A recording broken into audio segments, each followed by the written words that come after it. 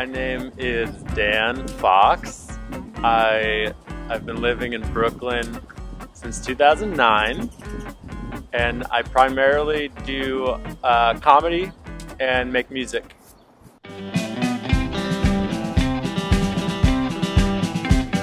Well, here's a story about a man whose smartphone never leaves his hand. I grew up in Westchester, New York, so just north of the city. I came to New York City in 2009 after college. I went to university. I went to University of Wisconsin. I moved to Brooklyn in 2010, and I've been here ever since. During this pandemic, well, since last March, I've been on unemployment, which has been a real gift, which has been great. Very fortunate, very grateful for it, and I mourn all the deaths caused by COVID. Anyway, important to state that. I'm very lucky. Okay. I've been writing a lot of comedy and making music. Been doing a lot of work. Oh, this is a plug. I'm gonna do a plug right now because I always do this. I always talk about this because I think it's really important. This is a phone. This is called a light phone. Right. There's no social media or email or internet, and I think it's important. My friend made this phone. I've been helping him kind of distribute it because we're all so addicted to the internet. So I feel like we've never been on the internet more. So my mission is to help people get off the internet and enjoy the real world. So I've been doing a lot of work with them and writing songs, and I don't know, watching shit. Let's see. How did I start playing music? I guess I started playing, the first instrument I played was cello when I was a kid, and then I moved to trumpet because it was louder, and I was like, that's cool. I played trumpet when I had braces, and you have to press pretty hard against your mouth, so I'd always be bleeding. But then I was like, that's kind of cool. It's kind of like punk rock to be bleeding every time you play trumpet because of your braces. And then, just like any good white boy in America, I picked up the acoustic guitar to play Dave Matthews and Dispatch, Sublime, and impress girls in college. And then I actually got into good music. Not that, some people really like Dave Matthews. I'll listen to it for nostalgic sake. I could play a Dave Matthews song at the show if you want me to. I could play several. But yeah, then just started jamming and feeling the music in the moment, and that, I think, when you get to that level and you start improvising, it's a transcendent moment because you're so present in the zone that it takes you to another level of consciousness. And then if you're on certain drugs, it goes even a step further, and it speaks to you like nature. But you don't need drugs for that. That's part of the reason why music's amazing. I've been performing comedy in New York for a while. It is music and comedy together? Or Yeah. together? Well, so I first started doing just comedy, and then I had a comedy group with a couple of my friends, and we were all just hanging out one day, and one of the guys was like, oh, I played trumpet growing up. And then another guy was like, oh shit, I played trumpet growing up. And I was like, guys, hold your hats, because I played trumpet growing up. And that was the birth of the Trumpet Boys. We were a trumpet playing sketch comedy trio, and we had a show at the Upright Citizens Brigade for 8 months, and we toured around. We did like comedy festivals around the U.S., and that was the first taste of comedy music, and that was a great lesson in that, like, if you want to be a good comedian who plays music, you have to be able to play music well. Otherwise, the joke doesn't land. Yeah, and because most people don't play music, I think the fact that you can play music is like a magic trick, you know? But it's really just putting in practice and, you know, being naturally gifted. I'm just kidding. I'm not.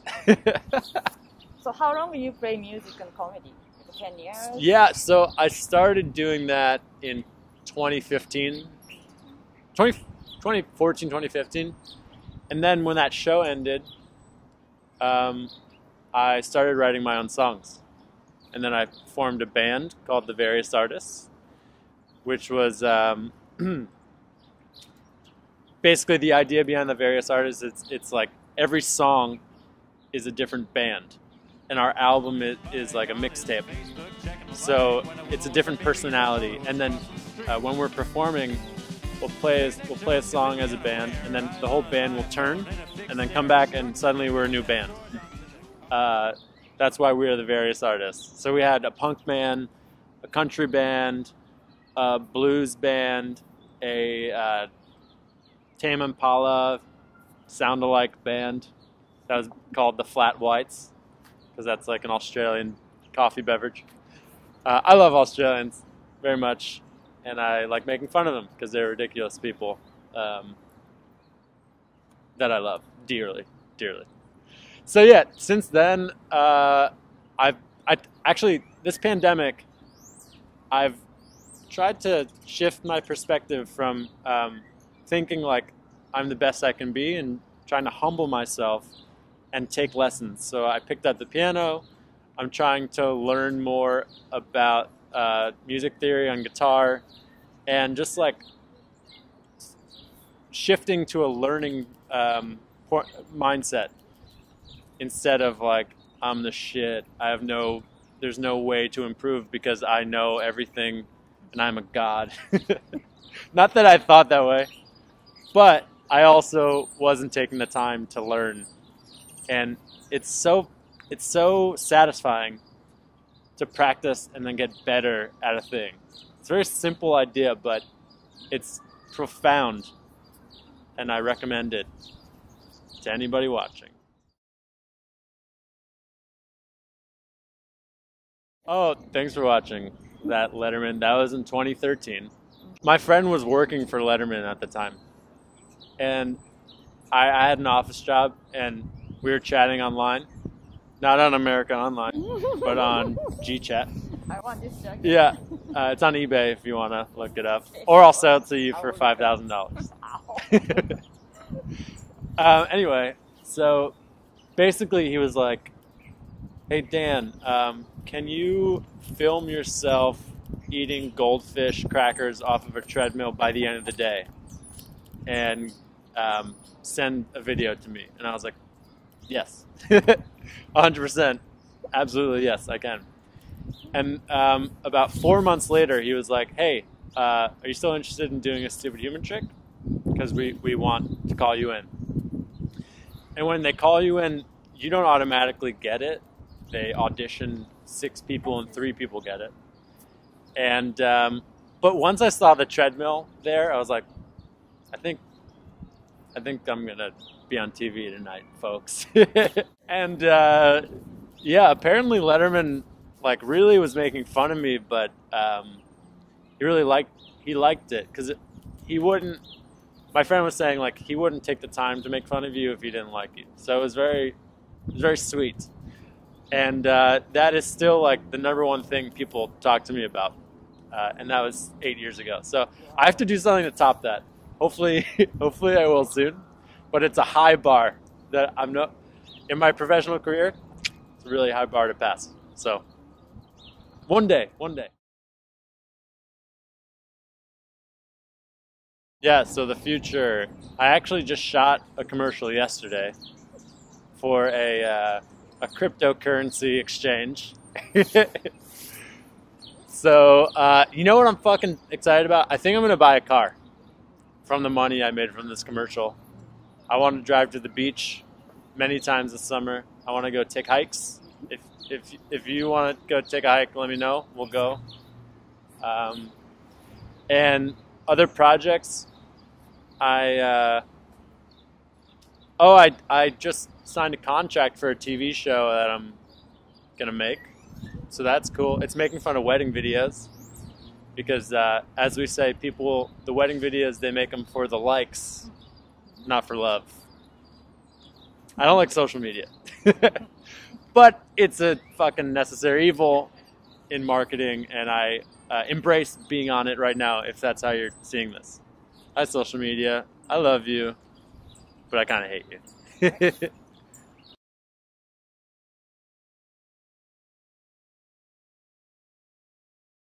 Yeah, I live a couple blocks away from this park. I think McGorrick Park. McGorlick Park, yeah. McGorlick Park in Greenpoint.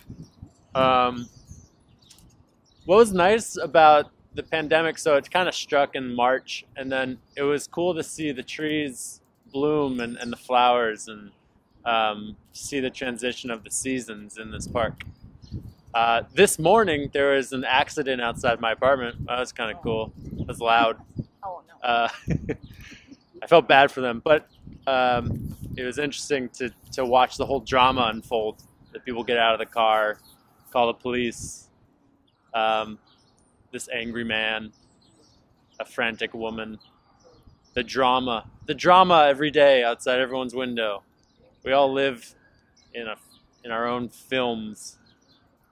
So I'm fascinated by just the everyday experience of everybody. And in this park, yeah, I've had some good moments. Like, I like the mundane shit. I like just laying down in the sun, reading a book, drinking a hard kombucha. Can't have the beer, as Yoko knows. Beer hurts my stomach because of the gluten.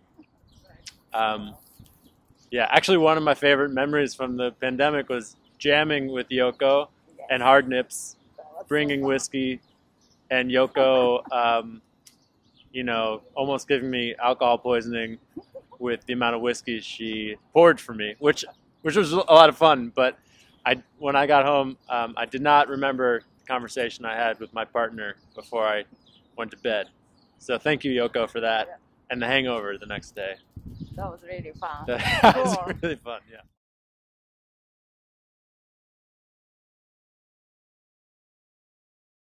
Yeah, so Honeys, I'm very excited to play the April 13th. April 13th. Tuesday. Tuesday, April 13th. Yep.